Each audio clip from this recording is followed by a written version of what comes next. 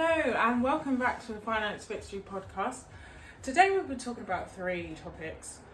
First topic will be how I managed to get tickets for £25 to see Romeo and Juliet with Tom Holland and Francesca and Anewudah rivers. Second topic will be how I managed to see Final Destination or a marathon of Final Destination for only £7, reduced from £35. And I'll also be talking about Wray Nephew event that I went to and the power of networking. So, yes, as Spotify have now updated the app and I can't really, do a podcast. So I have to manually upload it. I thought, let me try and make a video because put a face to a name. And then you can understand, where Finance Fixtory is coming from. So, first topic will be how I managed to get the Tom Holland tickets for £25. So they were standing tickets. So every Wednesday, so for those who don't know, Romeo and Juliet is showing in the West End in London, UK for about, I think it's been showing for about 2-3 months now, from May to August. And it will be wrapping up soon, actually. I think it's wrapped up now. And the tickets were really, really pricey, £300 a ticket. And of course, I was saying to my sister, I don't know if we want to pay £300 for a ticket. I mean, I get it. It's probably because Tom Holland's in there, so they gotta recoup the costs and everything. But yeah, we weren't really gonna pay £500. We weren't really willing to pay that. And at this moment in time, who has the £300? So I thought, you know what? When there's a will, there's a way. So every Wednesday at 10 a.m. and they are actually doing this with a lot of theatre shows at the moment. You will log on at 10 a.m. and then you'll be put in a queue. And you literally have to be there prompt. I have been setting alarms since May to make sure I get some sort of discounted ticket. And I did get the ticket. It was standing tickets, so it took about a month worth of tries, but I got there in the end. So I got £25 ticket, standing ticket. I said I will get the ticket, and I got the ticket. It was standing, but it was standing for 2.5 hours. I mean, that's £25. But of course, if you do get the standing tickets, make sure you've got comfy trainers and you're able to stand that day, and you haven't done tons of cycling the day before, and you're generally not tired. So it was all right, but I think I was kind of stressed. So my back was a bit painful at that time. So it was a good show. It was great, actually. It was great. I loved the lighting. I loved everything about it. And I'll definitely go again. Minus one of the workers just hovering around, because I was standing at the end. I believe this theatre was it the Lyceum Theatre or something like that. And it's just please, I'm trying to watch the show, and I don't know if they're really supposed to be watching the show like that, because when I used to work in when I worked in music and I worked at Hammersmith Apollo, we weren't really allowed to watch the show. But I don't know, maybe it's different now, who knows, but I think this particular worker was doing too much. But anyways, aside from that, it was really warm. And they had aircon in there, and I think it was when the heat wave first came out, so it was oh my goodness, what is this? I'm going to die. But no, it was okay. So yes, if you want to get cheap tickets, take advantage of the fact that these companies are doing ballots, and then usually 10 a.m. on a Wednesday, usually when people are at work or just starting work, they will be offering ballots. And then there's things I know with plays like Slave Play, they're doing pay what you can for £1, from £1 upwards.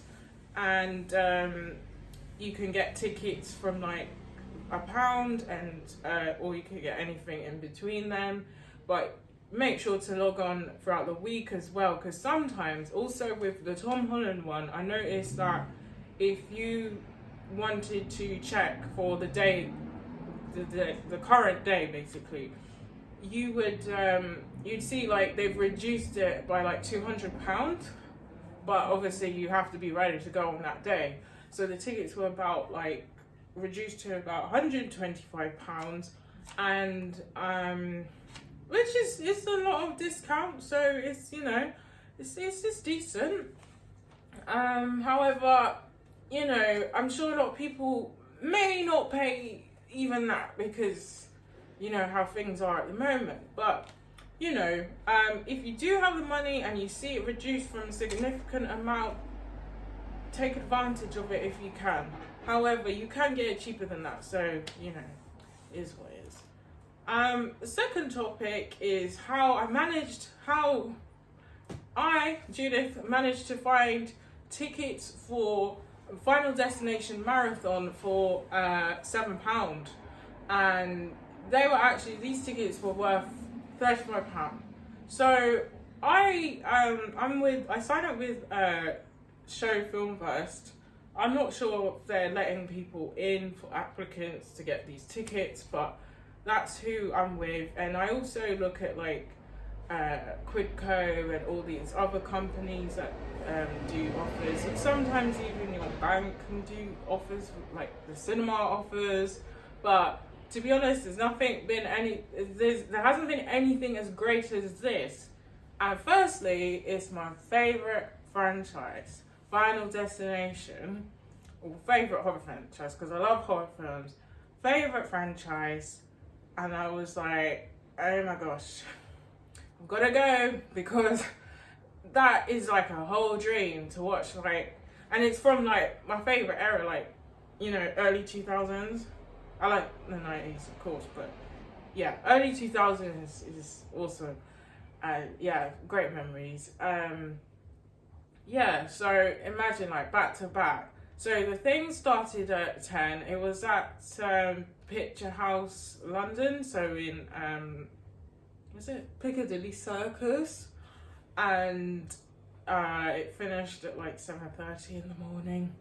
This was a Saturday night, so it was strange coming out of the cinema, but they had breaks throughout the time. So every time the film ended, each film ended, we'd go out and then we'd have water and coffee and tea. But the only problem with Picture House, it was Picture House Central. It was just, there was no air conditioning, none whatsoever. And upon like booking the tickets, I was reading the reviews and they did say like they need to fix air conditioning. Like it was, yeah, that was heat wave weekend. So pure oven, and I didn't bring my electric fan.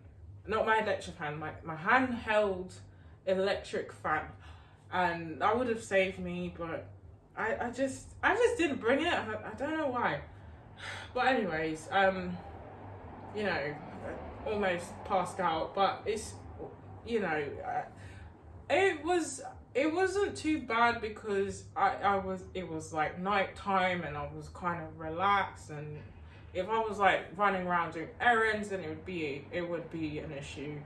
But it was, I don't know, can I even say it's bearable? I don't really know, but yeah, but that was good. I checked that the tickets were actually worth £35, so I managed to get them. I get £7 for five films. So, or 6 films, sorry. So, and there's another one coming out next year, but it was so cool because like we had like competitions throughout, and then we had a personalized message from the director of the film, of the franchise, and he had seen that this event was happening, so he saw on Twitter and he decided to make a video thanking us for attending. I was like, wow, this is super cool.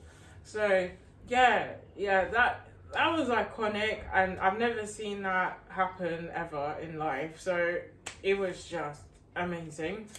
So the third topic we're going to talk about is the Wray Nephew event that I went to a few weeks ago. So I am occasionally I go to these Wray Nephew events, or this is my second one this year actually. So it's all for like people starting up businesses and stuff, and just networking. So you're networking with like-minded people. We went to a pitch event as well, and we had like 3 companies doing pitches for their company. So it was interesting. Because yes, the starting the business thing it's a lot of learning. It's a lot of learning, and the networking part is key. And yes, I will do a blog post about this and like why it's important to network. Networking can also essentially save you money, because those contacts you build through networking, and often these events are free, will lead you to connect with people who can actually lead you to the right people or the right clients, etc. So networking is very beneficial, and I did know like you needed to network, but I didn't know how like sacred, if that makes sense, how sacred and important it is to network, because networking is really the key to most things when starting a business. However, I don't know absolutely everything about starting a business, but we live and we learn. But at this networking event, they usually have like Wray Nephews, of course, and then they have food and a chance, an opportunity to network with your peers. So yes, it was great, and I'm looking forward to the next one. I've made some good connections out of there, so it just reminds you that you don't, like I say, you don't always have to pay for these networking events. However, there are some networking events which you do need to pay for, which is fine, because just you see it as an investment. You're investing in yourself to have that exposure to the right type of people. So it's not an issue if you're like a new business and you're trying to set up, or you're just beyond that point and you feel you need to refresh your contacts, then networking, whether free or paid, is the way forward. So just a quick update about my website. So Finance Fixtory is currently under construction, so you can visit it and you'll have links to my social media pages. It's just been transferred over to another host slash, not domain, but still the same domain but different host. Much easier to navigate, because I was using Bluehost and it was very challenging, let's just say that. But we live and we learn. So hopefully we'll have more videos, more blog posts, more information, because I do want this to be some sort of reference hub for everyone of all ages and backgrounds who are looking to save money, because the things that I talk about, not necessarily everyone is going to know, or people not necessarily going to pay attention to. So that's the goal, and to also empower people to have that positivity that they can do what they need to do when it comes to their money. So thank you for listening, and I look forward to seeing you soon. Thank you. Goodbye.